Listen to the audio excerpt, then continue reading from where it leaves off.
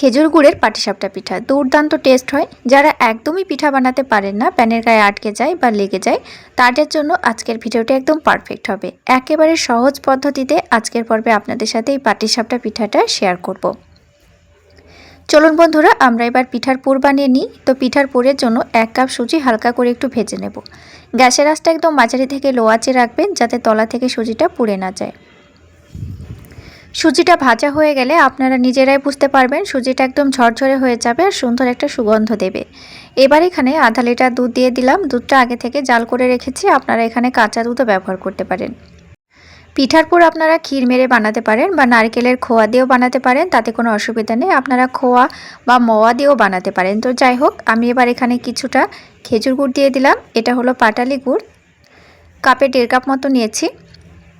তো আমাদের খিরসাটা রেডি হয়ে গেছে। দেখুন, খিরসাটা এবার এক সাইড করে রেখে দেব। খিরসাটা ঠান্ডা হলে পিঠা বানানোর সুবিধা হবে। 2 কাপ ময়দার সাথে সামান্য একটু লবণ মিশিয়ে নেব।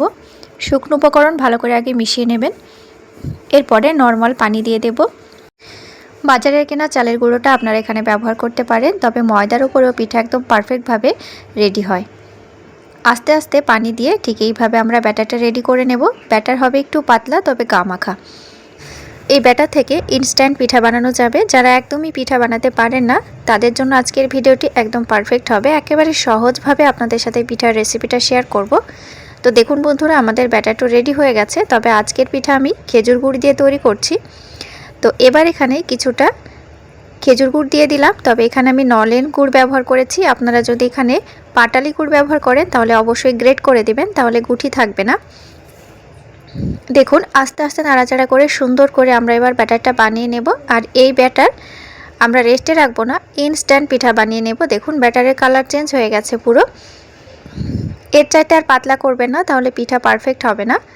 একটি হাতা দিয়ে তুলে দেখিয়ে দিচ্ছি। দেখুন, ব্যাটারের ঘনত্ব হবে ঠিক এইরকম।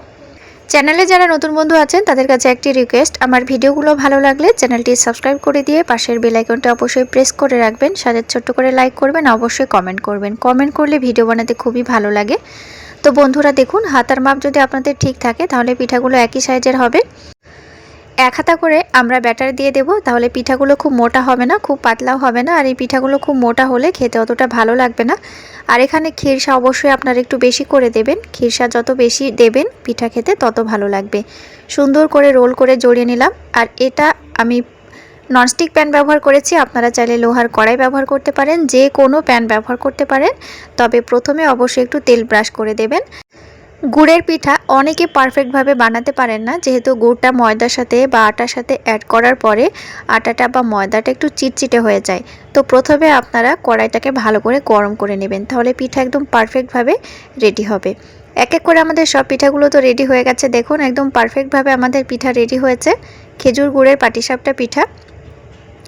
দেখুন, প্রত্যেকটা পিঠা পারফেক্ট হয়েছে আর ভেতর থেকে একদম পুরে ঠাসা। তো কেমন হয়েছে আজকের পিঠার রেসিপিটা অবশ্যই আমাকে কমেন্ট করে জানাবেন।